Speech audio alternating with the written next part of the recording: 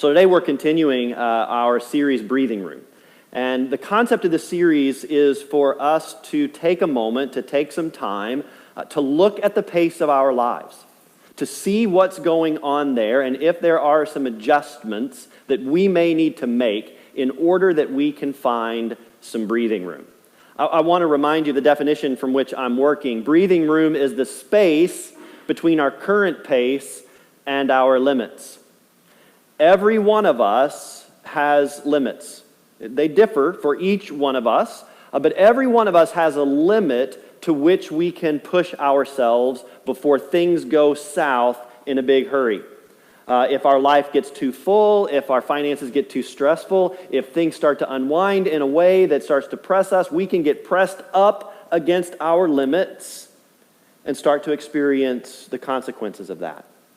Our engines will start to rev, they'll start to run hot, they'll start to burn, and in the same way that a car engine does, if we're not careful, if we don't slow that down, we can find ourselves burning out. We can find ourselves suffering health effects, physical effects, spiritual effects, emotional effects. And so we need to take this seriously. We really do need to step back and look at the things that are causing us to not have that space between the pace of life that we're living and the limits that we have. I mentioned last week during worship that as part of an assignment that Louisville Presbyterian Theological Seminary gave to Sarah Dawn, our intern, I went and started to fill out my weekly calendar so that she could see what the life of a pastor might look like. I did not get past one day until I realized that I have some issues in terms of what's going on in my life. This is a very, very busy season in my life. Add to my busy calendar the busyness of my spouse's calendar. Carrie runs an active nonprofit, and she is going in a variety of directions trying to make that work. We have a freshman son who is involved in marching band. I was unfamiliar. I was unfamiliar with the requirements of marching band. I have been at the forefront of involvement for all of Graham's activities to this point. Nothing prepared me for marching band. It's insane. It's crazy. Nothing prepared me for that. So we have so much going on in our lives right now. I actually thought I was doing pretty good. I really did. I thought, no, I've got this. I'm taking some time. I'm resting. I'm relaxing. I've got this. And then this morning I was coming into work, and we live at the end of Rose Island Road. And if you're not familiar with Rose Island Road, once you get on Rose Island Road, there's only one way through. You can't, if something goes south on Rose Island Road, you don't get to just go through it, right? So I'm going down Rose Island Road, and I get about halfway down, and there is a road closed sign. Now, I had left in plenty of time to be here early this morning. And I saw that road closed sign, and I had some things to say to that road closed sign. Now, it didn't care. Whatever I said just bounced right off that inanimate object. But I was not happy because now I had to turn all the way around. I'm thinking, can you guys not just put a sign at the beginning of the street that says road closed ahead? Why you got to be this way? And, then I realized, guess what you're going to preach on this morning, right? I realized in that moment that, maybe I'm not. Maybe I don't have as much space between the pace of my life and the limits that I have. I wonder if you've ever been there, where just everything that's going on, whether it's schedule, whether it's finances, whether it's relationships, just the things in your life are going so fast and so hard that your cup is just full. And while your cup may be full and you may be okay, and it's not spilling out everywhere you go, all it takes is one bump, one drop, and you find yourself hollering at street signs, stressed out at road closures, stressed out at the next bill, snapping at a loved one, being impatient with a good friend. You think, I wonder, where did that come from? It's not a big deal. Well, it came from the fact that you just don't have any room between your current pace and your limits. What I want to do today is I want to turn to Scripture. I think Scripture is full of wisdom, and while it's an ancient book, I think the wisdom that it's offered is very relevant for the day. And in particular this morning, we're going to look at the 90th Psalm. And in the 90th Psalm, we're going to find some wisdom that, if we will allow it, can change our lives. Now, I know that that sounds like preacher talk. And it is, because the preacher's talking.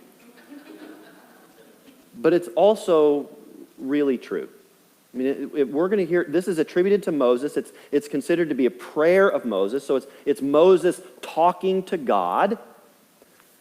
But in this prayer, there's some wisdom for us, especially those of us who tend to push our limits and lack the breathing room that we need. Here's how the psalm starts. Lord, you have been our dwelling place in all generations.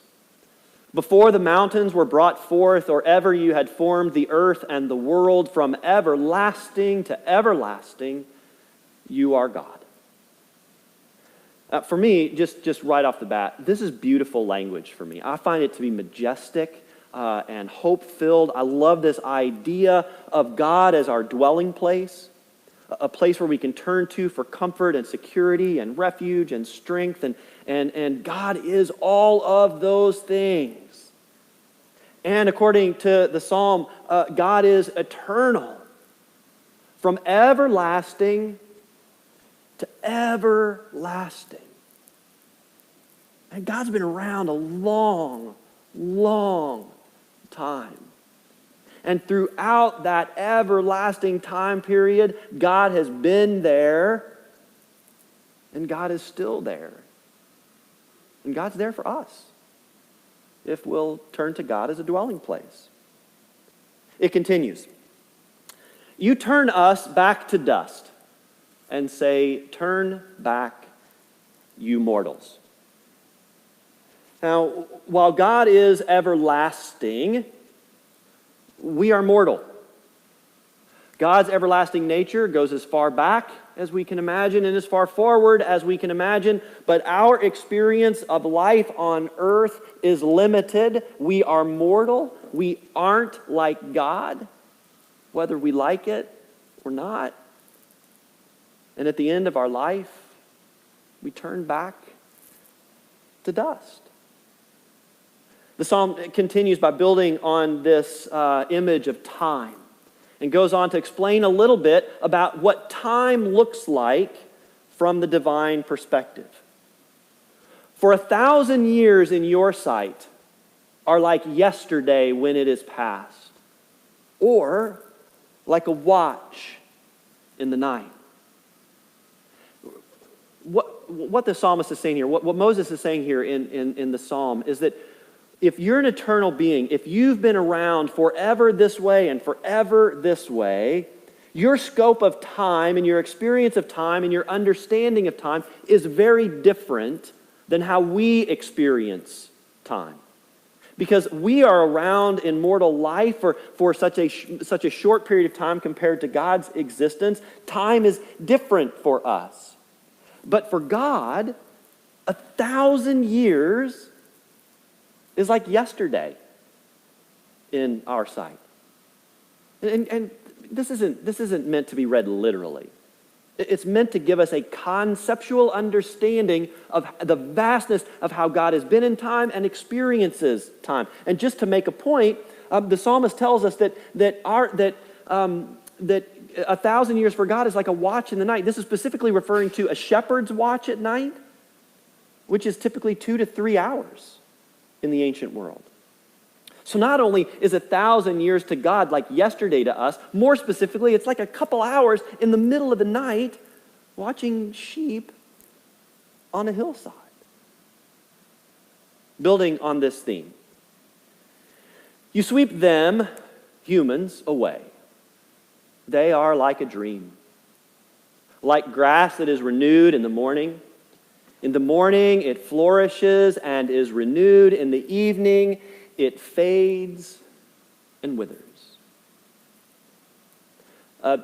He's talking about us. He's talking about our lifespans. Our lifespans are like that fresh grass that comes up in the morning, bright and green and full of life. But at the end of the day, again, not literal, at the end of the day begins to dry and wither. When we come into this life, we are filled with life and energy and the newness of being just created.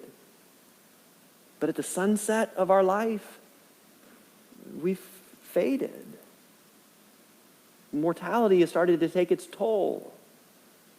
And we're in a different place. The days of our life are 70 years, or perhaps 80 if we are strong. Even then, their span is only toil and trouble. They are soon gone, and we fly away. Aren't you glad you came to church this morning, where we could talk about the limits of your life and returning to dust and recognizing that even if you live 70 or 80 years, your life is going to be filled with toil and trouble and then suddenly gone. Such hope, such inspiration. Thank you, preacher. Thank you, Moses, right?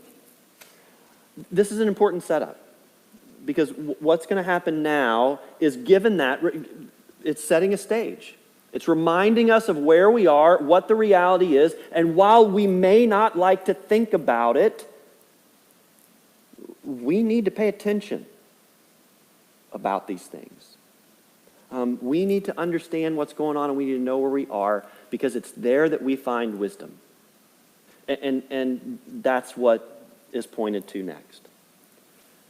So teach us to count our days that we may gain a wise heart. Teach us to count our days so that we may be reminded that our days are limited. Look, we know this, right? We know this to be the case. I'm not telling you something that you don't know. But the challenge for us is that even though we know it, we tend to live as though our days are infinite. And that may be because it's hard to think about, it's hard to talk about. It creates all kinds of emotions for us, for our own lives, for the lives of the people that we love. This is not an easy topic. But when we live our lives as though our lives are infinite in number of days, then we're not living with wisdom. Moses here is saying, you've got to count your days so that you can begin to have the wisdom to make the most out of the life that you've been given. So let's count our days. Let's be literal about it. Right? Let's take the Bible as word. Let's be literal about this. The average lifespan in the United States of America right now is about 78 years. 78 years times 365 days a year. I am not doing leap year. I'm a theologian, not a mathematician. Okay? This is, again, we're getting close here. But we're talking in the average lifespan, 28,470 days. 28,470 days is about the average human lifespan in North America, in the United States of America to be more exact. Today is my 17,515th day. Today. For those of you that are trying to do the math, I will be 48 next Saturday. That's the math. So according to the averages, if I'm to live 78 years, I have 10,955 days left. But who's counting? Well, after this week, I'm counting. and my hope is to some degree that you'll do some counting of your own. And again, I understand this is not exciting. This is not something we necessarily want to do, but it's so important for us to do because, like I said, when we live our days as though they are not numbered, as though we have an infinite number of days, we begin to push off things. I'll get to it. When I reach this point, when I reach that point, when this particular journey is over, when this season of life is over. when I get that job or that house, or I finish this degree or that degree, or I finally get to retirement and do whatever these things may be, we start to think, when I get there, when I get there, when I get there. And then one day we wake up and suddenly we're 18. When we were little, we never thought we'd be 18. It felt like forever before we'd be graduating high school. And then one day we wake up and we're 18. And then we wake up again. We're 28. And then 38. And then like me, you wake up and next Saturday you're 48. And you know what? I'm going to wake up tomorrow and I'm going to be 58. And then 68. And then I'm going to hit that number. 78. 28,470 days. I have fewer days ahead of me, according to the statistics, than I do behind me. I'm almost 2/3 of the way through my statistical lifespan. What does that mean for me? How do I understand that, and how do I know that? And when I look at the lifespan behind me, and I think about how fast I got here, I'm guessing that the time after here is going to go just as fast and maybe even faster. Can I get an amen? I see some people nodding their heads, right? Right, so we've been there. You've been there. You know this feeling, right? What is happening? What is going on? And what are we going to do with this? You see, because there's a wisdom that comes in counting our days. Because when we count our days and we know where we are, we begin to value each and every one of those days. Because guess what? We can't go back and do a redo. We don't get to do that.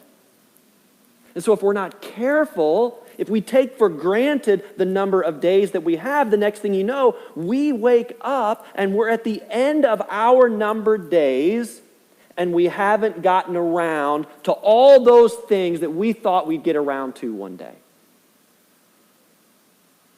And we start to have some regrets. Right? So there's this woman, her name is Bronnie Ware, and she worked hospice. She's an Australian hospice chaplain, and she's done some really good work with people at the end of their lives. And she wrote an article called the 5 Regrets of the Dying. And it's a very, very powerful article. She worked with people roughly between the 3 weeks and 12 weeks to the end of at the end of their life, the last 3 to 12 weeks of their life.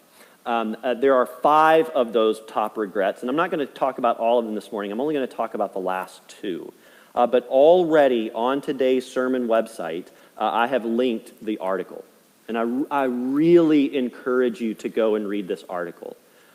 It is powerful, it is profound, and I think it's true. It really is true. So I'm going to start with the second, with the second talked about regret. Right? If this is top 5, this is number 2. You've heard this before, but it may surprise you that it's number 2. I wish I didn't work so hard. She goes on to describe what she means by that in the article using these words. This came from every male patient that I nursed. They missed their children's youth and their partner's companionship. Women also spoke of this regret, but as most were from an older generation, many of the female patients had not been breadwinners.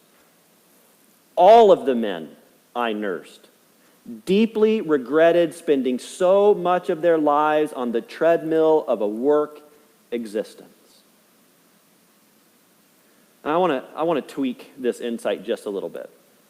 I did not work in hospice nearly as long as she did, but I've spent time working in an inpatient hospice and working in critical care in hospitals. I have not walked alongside hundreds of people who have died, but I have walked alongside dozens. And while I'm sure there is an exception. The exceptions are very rare for the people that I spoke to at the end of their life when they talked about regrets, that they didn't talk about working too hard, just as she said. But the tweak that I want to offer to that is that sometimes when we talk about work, we just think about the work outside of the home. There are people who weren't breadwinners who spent their lifetime managing and prepping to try to have what they saw as the perfect home. cleaning and dusting and mopping and sorting and arranging and decorating and doing all these things to have just the perfect schedule and just the perfect house and just the perfect life so that everything was right in its order. And they worked just as hard. Sometimes they worked Saturdays cleaning their house and not spending time with their children, but asking their children to please pick up that toy that you just put in the living room that I just cleaned up, because they just cleaned it up. Can you not tell? Over and over and over again, people express this regret. I worked too much. I spent too much time working. However you work, you may have experienced this as well. The number one regret. I wish I'd had the courage to live a life true to myself, not the life others expected of me. I wish I'd had the courage to live a life true to myself, not the life others expected of me. When people realize that their life is almost over and look back clearly on it, it is easy to see how many dreams have gone unfulfilled. Most people have not honored even half of their dreams and had to die knowing that it was due to choices they had made or not made. It is very important to try and honor at least some of your dreams along the way. From the moment that you lose your health, it is too late.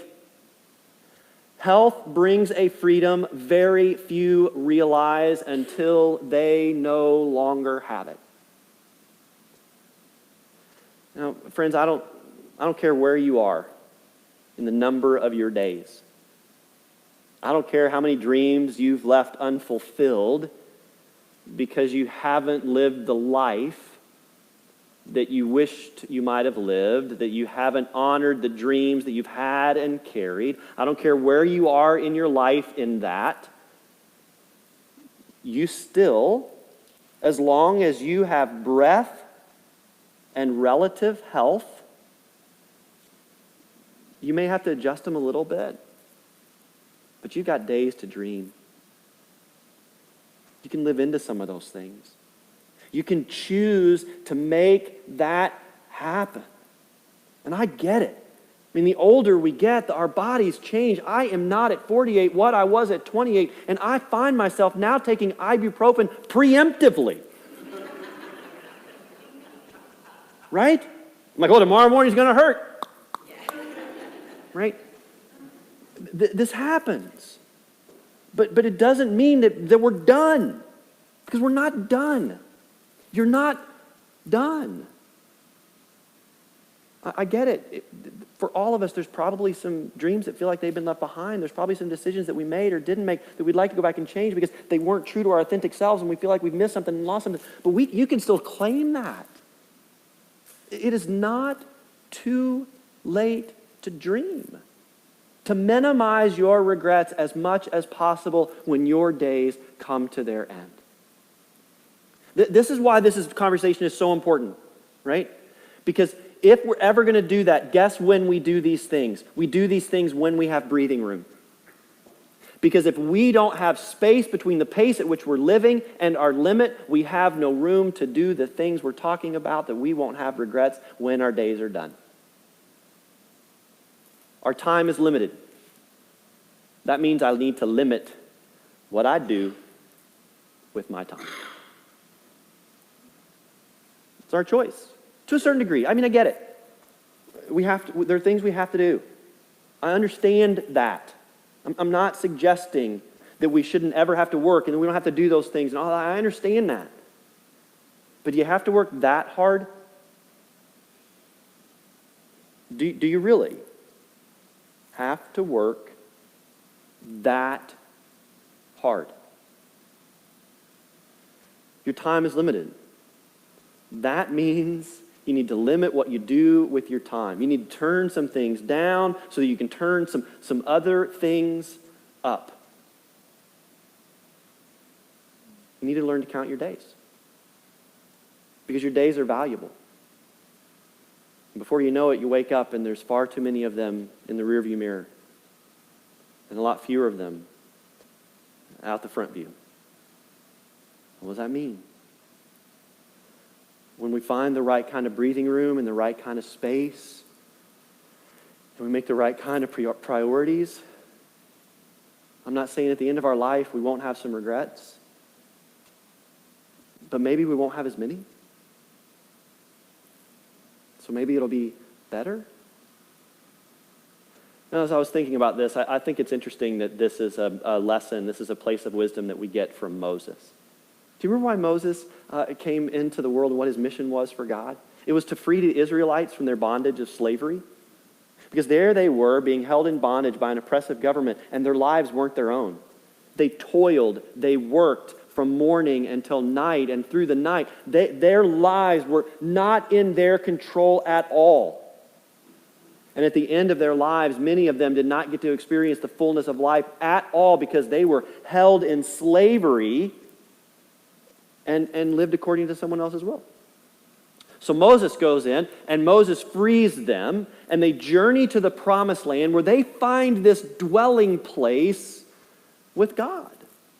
That image we started the message with. They find this dwelling place with God, and in that dwelling place with God, while their days are still numbered, they get to live according to their own choices. Maybe Moses didn't just come to free them from the bondage of slavery. Maybe Moses came to remind us that we need to loose the bonds of our own chains. Because for too many of us, the pace at which we're living our life is holding us and preventing us from experiencing a life that before we know it may be much further gone than we'd like it to be. And in as much as we can, we have the choice to decide how we're going to spend our remaining time. Bottom line, your time is your life. I know you can't control every aspect or every component of it, but you can probably control more than you think. How do you want to live? What's today going to look like for you? What's tomorrow going to look like for you? What decisions are you going to make so that while you may not have a regret-free life, at the end of life you've got more blessings than you do things that have slipped past? My prayer for each of us is that we'll take hold of the wisdom of Moses, we'll count our days not out of fear but out of hope, and that we'll live into them and into the fullness of life that God has given us. Amen.